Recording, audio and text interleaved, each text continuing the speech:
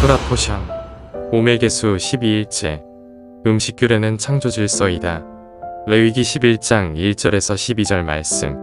여호와께서 모세와 아론에게 말씀하여 이르시되 이스라엘 자손에게 말하여 이르라.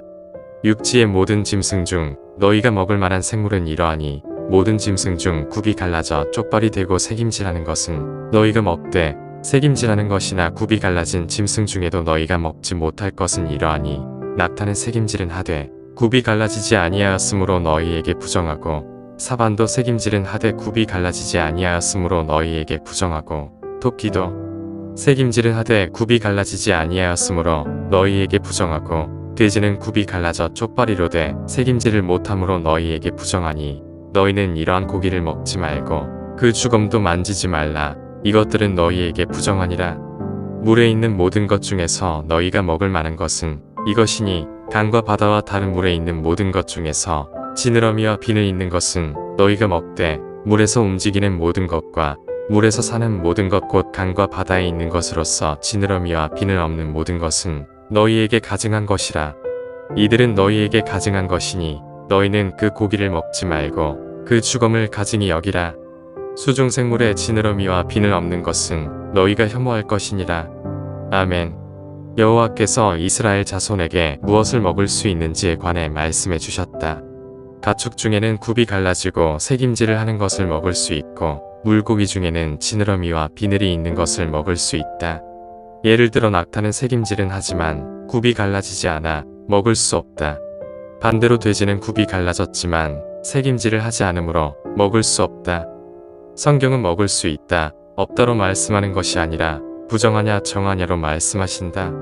제사장들이 책망을 받은 것도 부정한 것과 정한 것을 구분하지 않았기 때문이다. 오늘날 교회는 부정한 것과 정한 것을 구분하지 않고 돼지든 토끼든 지느러미가 있든 없든 상관하지 않고 먹는다. 이것은 스스로 이스라엘이 아닌 것을 말하는 것이다. 성경은 우리가 이방인이었으나 믿음으로 이스라엘로 접붙여졌으며 같은 시민으로서 아브라함의 유업에 동참한다고 말하고 있다. 아브라함의 유업은 예수와께서 온 민족에게 확장시키셨다. 그러나 오늘날 교회는 이스라엘이 아니라고 스스로 말한다. 이방인이므로 아무 것이나 먹어도 되고 음식 규례는 유대인에게 주신 것이라고 말한다. 그러나 이스라엘에 접붙여져 같은 시민이 되었다면 그들은 하나님의 법을 지켜야 할 것이다. 그것이 진정한 하나님 나라의 백성이기 때문이다. 이것은 유대교로 개종했느냐 아니냐를 말하는 것이 아니다. 유대교로 개종하여 그들의 전통을 지켜야 이스라엘이라면 바울도 그렇게 가르쳤을 것이다. 그러나 그는 할례파들이 개종으로 그들을 제자로 만들려는 것을 책망했었다. 만약 유대교로의 개종이 유대교 전통을 따라야 한다면 차라리 이방인으로 살면서 영적 이스라엘로서 하나님의 계명을 지키는 편을 선택하겠다. 물론 모든 전통이 계명을 폐하는 나쁜 전통은 아니다. 좋은 전통도 많다.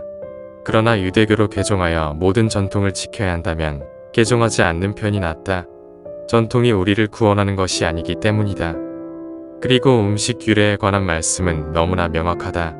그래서 기도하며 영적으로 숨어있는 비유를 찾아낼 필요가 없다. 우린 짐승을 살펴보며 쪽발인지 아닌지 되새김질을 하는지 안 하는지 알아보면 되고 물고기가 지느러미가 있는지 없는지 비늘이 있는지 없는지 살펴보면 된다. 성경은 이처럼 아주 명확하다. 또한 과학적이다. 우린 돼지가 왜 부정한지 조금만 돼지에 관해 연구해보면 그 이유를 알 수 있고 조개가 왜 부정한지 오징어가 왜 부정한지 조금만 연구해보면 알 수 있다. 물론 몸에 이롭고 건강에 좋은 여러 이유를 말하는 박사들도 많다. 그러나 그들이 세상을 창조한 것이 아니며 그들이 가축이나 물고기나 새를 창조한 것은 아니다. 그러니 그들이 창조된 이유와 세상에서의 역할과 사명을 알지 못한다. 어떤 짐승은 먹거리로 주셨으나 어떤 짐승은 사체를 먹어치우거나 부패시켜 세상을 관리하기 위해 창조하셨다. 그러니 누구의 말이 옳겠는가? 돼지와 쥐가 몸에 좋다고 말하는 의학 박사의 말이 옳겠는가? 창조주의 가르침이 옳겠는가? 여기서 우린 진정 여호와를 창조주로서 인정하는지 신뢰하고 있는지 알 수 있다. 이처럼 믿음은 증명되는 것이다. 아무리 신약에서 모든 음식은 기도와 말씀으로 거룩해진다고 말했어도 부정한 짐승은 거룩해지는 음식에 포함되지 않는다. 왜냐하면 먹지 못하는 것은 음식이 아니기 때문이다. 우리는 돼지나 조개를 음식이라 말해도 성경은 그것을 못 먹는 것으로서 음식이라 말하지 않는 것이다. 또한 베드로가 기도할 때 온갖 부정한 것이 보자기에 쌓여 하늘에서 내려왔다고 해서 부정한 모든 것을 먹어도 된다는 의미는 아니다.